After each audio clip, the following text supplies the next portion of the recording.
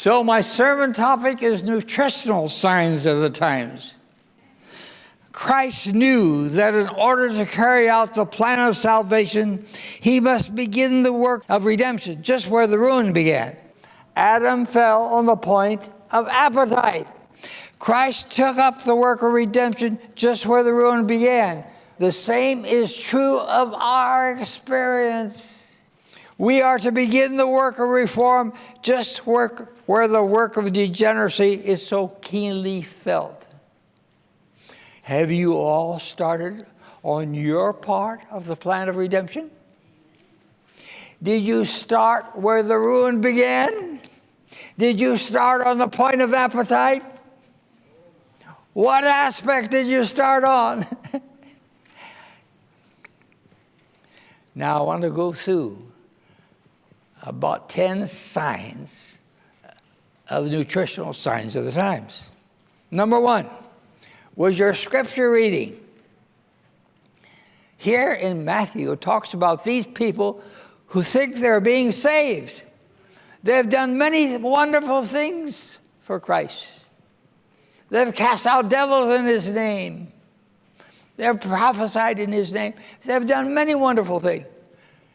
This is the saddest day in Earth's history for that group because they're lost and they think they're saved. How about the 10 Commandments? Most churches give it a 10% discount. Isn't that right?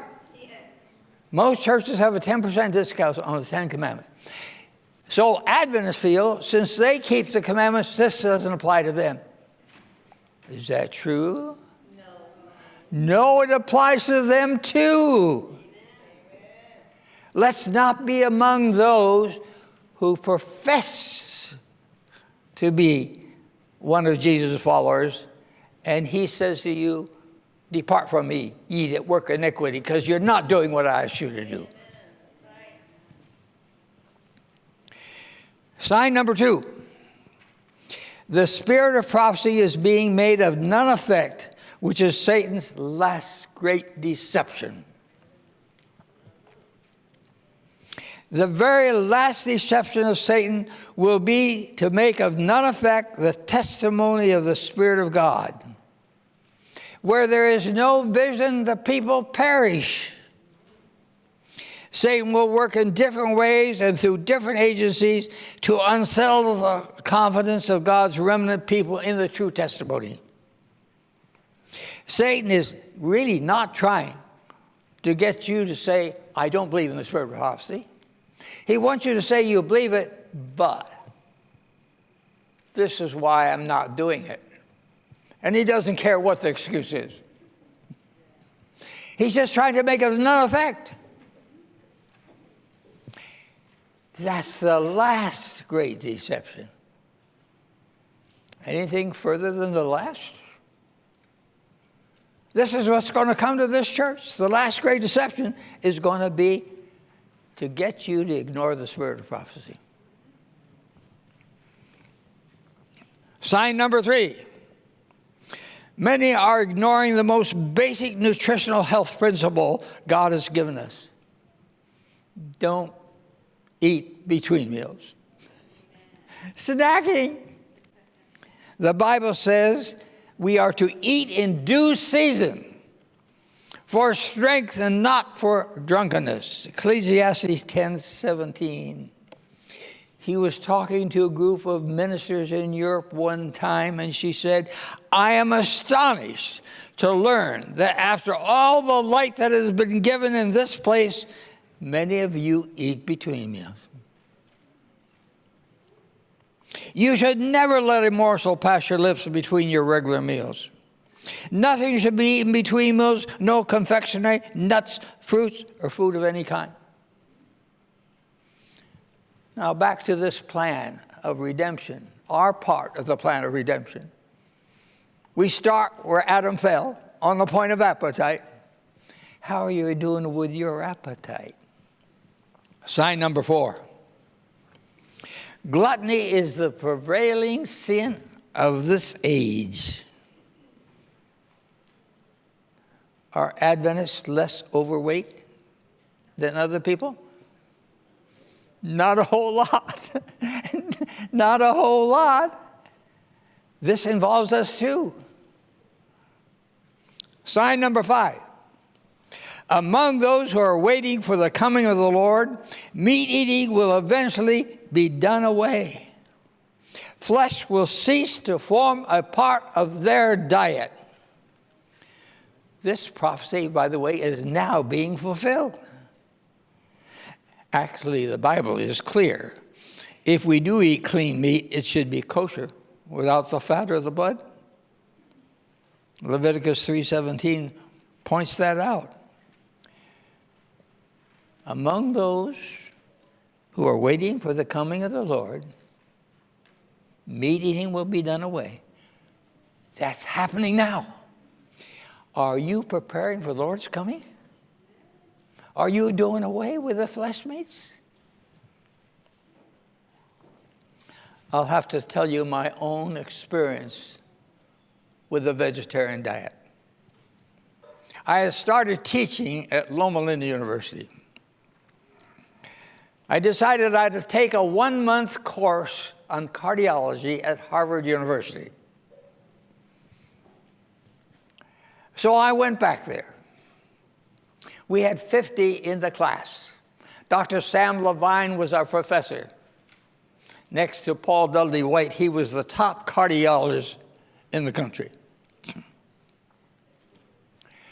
And you know, the Sanborn Company thought this is a good group to sell their EKG machines to. 50 students. So they put on a banquet for them. Dr. Levine said you had a choice of either lobster or steak.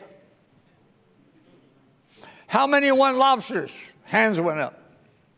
How many want steaks? Hands went up. Well, I really wasn't planning to go. My hand didn't go up either time. But the young doctor sitting next to me, he knew I was from Loma Linda. He said, I know why your hand didn't go up. You're a vegetarian. He was from USC, Los Angeles. He knew what we believed.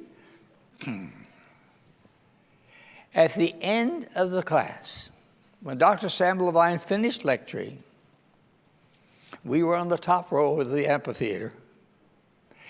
That boy next to me grabbed me by the coat sleeve. Those days at Harvard, everybody wore coats and ties. We were well-dressed students. He grabbed me by my coat sleeve and dragged me down the steps right in front of Dr. Sam Levine. He said, Dr. Levine, Dr. Scharffenberg's a vegetarian. Can't we have a vegetarian plate for him? And you know how nice and gracious these people are. Of course, we'll arrange that. So I felt I had to go, even though I hadn't planned to go. So I got there, and the people were standing there with cups in their hands with their cocktails. I wouldn't even hold a glass of orange juice. I didn't want anybody seeing me hold a glass of any kind. Cocktails. But I was worried about that vegetarian meal. I saw a lady come out from the kitchen. I went over and spoke to her. She was in charge of the kitchen. She was the right lady to talk to. I said, say, you know, I was the one who ordered that special meal, vegetarian meal. Oh, she said, I hadn't heard anything about it. But that's all right. We'll fix one for you. But you have to come with me into the dining room. I'll tell you where to sit so they know where to bring that plate. Okay, fine. I didn't care where they put me. So I followed her into the dining room. There was a round table, seated 8 people, right there in that corner. I want you to sit right there.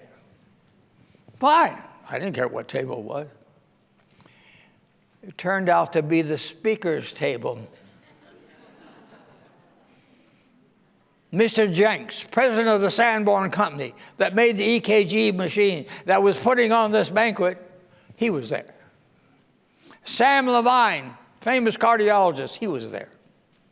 His nephew, Dr. Herbert Levine, was there.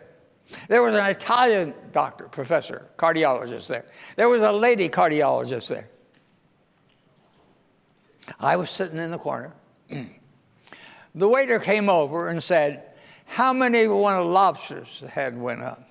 How many wanted steaks? The hands went up. I was in the corner. What was I to do?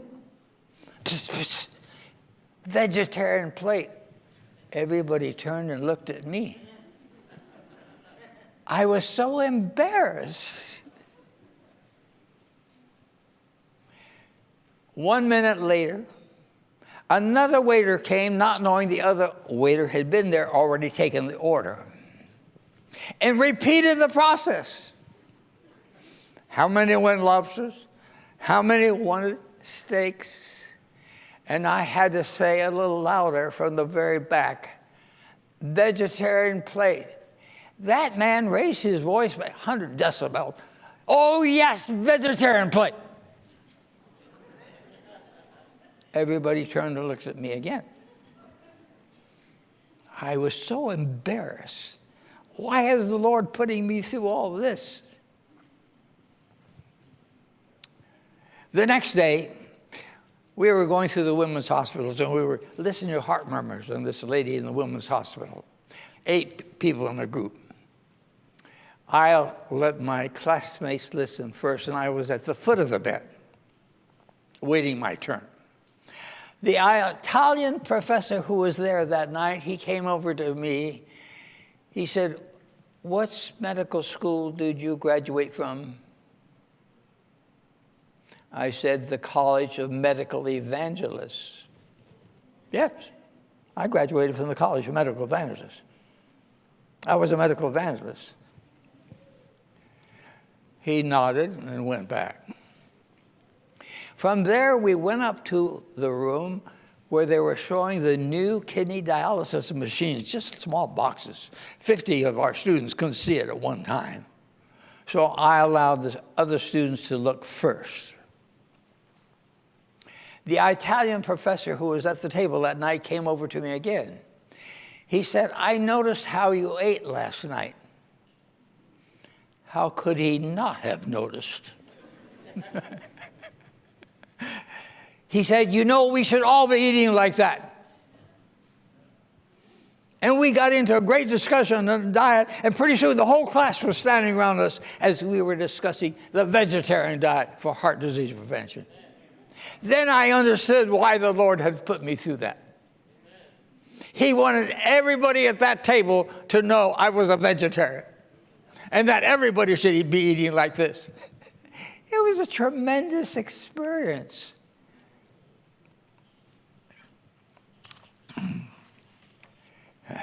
Number 6 sign. Adventists are being brought to the front, and their doctrines will be examined by the greatest men in the world. Now, I have here a little book.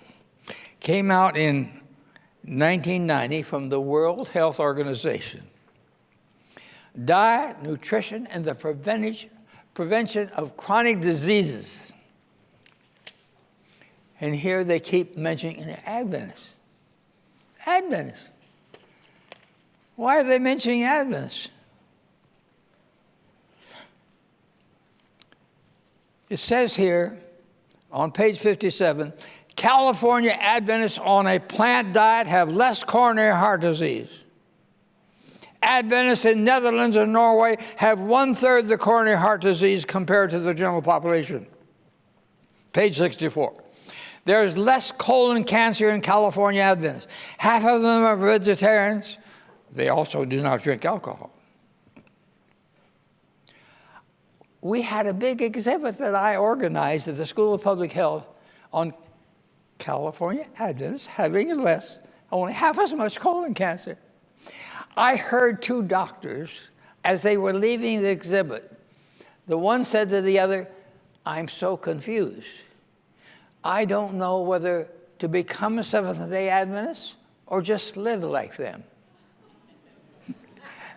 That was a good question, wasn't it? Page 75. Those people who are on plant diet have less diabetes. The mortality of California's Seventh-day Adventists from diabetes is 1/2 that of the general population. Within the Adventist, diabetes is less on those who are vegetarians. Page 99. Our data are from studies done on religious groups such as the Seventh-day Adventists. Page 77 to 8. There are less gallstones among the vegetarians. That's a result of the Adventist Health Study. The greatest minds in the country are going to be looking at Adventists and looking at everything they believe. Sign number 7. Our schools are to teach a course in advanced science that supports our teachings on health. Now, if you went to one of our schools, one of our academies, what course would you take that would give you all the things that Adventists teach on health that's different than other people? We don't have such a course. There's a little bit here, a little bit there. I started the first such course at the School of Public Health at Loma Linda, still being taught. But Dr. Register, head of our nutrition department, Dr. Harding, our dean, they'd go on the camp meeting circuit and preach to all the people about the latest in science. And then they'd hold up councils on diet and foods and say, you know, this is what we were told many years ago. And the young people heard this message, and they said, if that's what they teach out there, we want to go off there. We want to take that course. There was no such course. So I started such a course. I talked about milk and eggs, talked about meat, talked about 2-meal-a-day program, talked about the exercise. You know, I had an excellent course. Talked about tea and coffee. Went through all these things with the students. But we really don't have all of our schools teaching such a course. Why should it be that way? Sister White says, a knowledge of science of all kinds is power. And it is in the purpose of God that advanced science shall be taught in our schools as a preparation for the work that is to precede the closing scenes of Earth's history.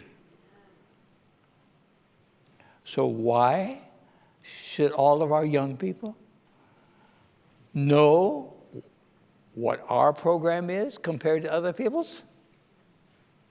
It's part of the closing scenes of Earth's history. This is to prepare people, soften people up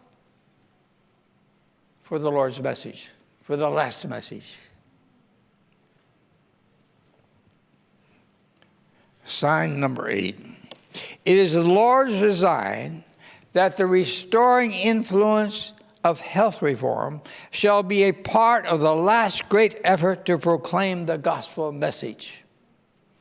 So why are the young people supposed to learn all this? This is the message that's going to be given at the last to prepare people for the final message, the Sabbath Sunday question. When the people see that we're sound on health, they'll think we're sound on Bible doctrine too. Okay? Side number 9. The work of health reform is the Lord's means for lessening suffering in our world and for purifying His church. Now we know the vegetarian diet lessens suffering in the world. Did you know the leading cause of death in this country is cardiovascular disease? Do you know more people are falling or are dying from cardiovascular disease than the next 5 leading causes of death combined? Have you heard what the latest information is?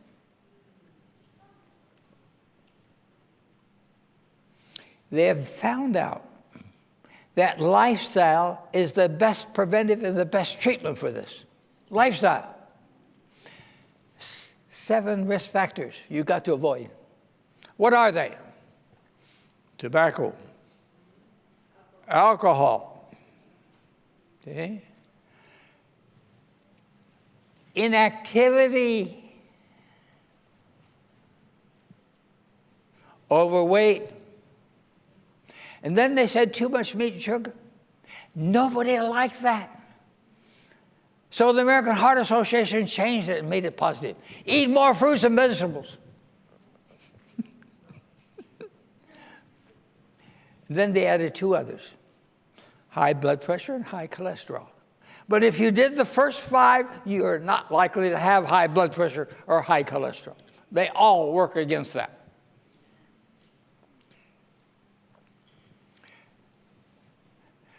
Now, we know there are millions of people on statin drugs to lower their blood cholesterol. Excellent studies have been done on it as regarding life expectancy. Does it increase life expectancy? Take those medicines. For 93% of the people taking those pills, it does not improve their life expectancy any. It doesn't do anything else that's good either. For 7 people, it does help them to live 8 years longer. Those people, that 7%, already have heart disease. Our problem as physicians is we have a hard time telling who has heart disease and who doesn't. And now in 2015, the World Heart Disease Group published this statement. What should we tell our patients now about these statin drugs? You should tell them that we thought if we lowered everybody's cholesterol, we would have no more heart disease. That was in error. That was not correct. So what should we tell them? We should tell them what will really benefit them. What is that? Don't smoke. Don't drink alcohol. Exercise every day. Keep your weight down. Don't eat more fruits and vegetables. They didn't want to get that word in there about meat and vegetarian thing. They're handling it a different way. They're telling everybody, don't get more than 5 to 6% of your calories from saturated fat. Now, any dietitian can calculate that out for you. That means vegetarian diet. It also means no chocolate candy bars. It also means forget the croissants which are made loaded with butterfat. That's what I mean. But that's another way of saying be a vegetarian. So in 2015, the government was advised by the scientists, Department of Agriculture, Department of Public Health, was advised by the scientists, tell everybody the vegetarian diet is an optimum diet. Because Adventists were living so much longer, the vegetarian ones.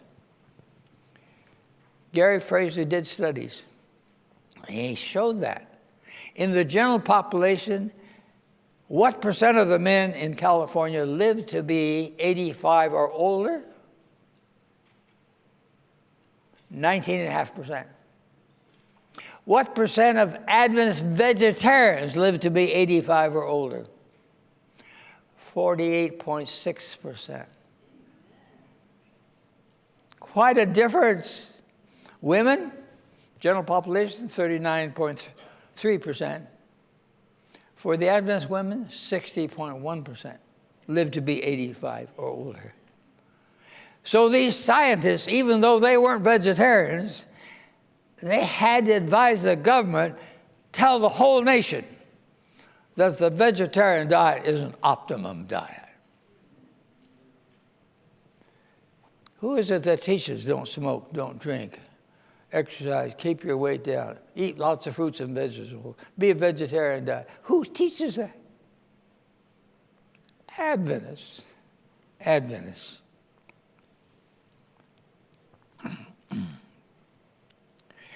The work of health reform is the Lord's means for lessening suffering in our world. That we know is a fact, scientifically. And for purifying his church.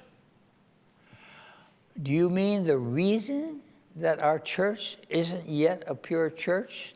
Part of the reason is because we aren't paying attention to health reform? It is. That's part of the reason. Have you noticed that people who are interested in health, interested in diet, and how they eat, are more interested in religious things too? The one leads to the other.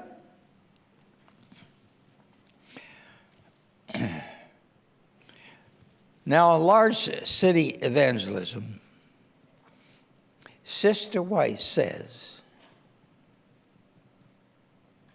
that we need medical evangelists to do the work. What's a medical evangelist? Well, we would say it's somebody who works out of a sanitarium. We don't have those anymore. Today we would call it a live-in lifestyle center. They work in these live-in lifestyle centers, educating people how to live so they don't get sick. Adventist system for public health. Prevention of disease. Okay? Ellen White said the usual ordained minister is not sufficient for the task for large city evangelism. Yes, of course, he's going to help. But we need medical evangelists, a man trained with the knowledge of a doctor, but doesn't practice like most doctors do. But he practices in a way to teach people how to live so they don't get sick. I told Pastor Mike, we should advertise this program just for those who are preparing for Jesus' coming. That's who it's for. It's not for everybody else. It's for those who want to prepare for Jesus' coming. From the nutritional standpoint, the appetite is where we're to begin, and I've given you some ideas where that should start.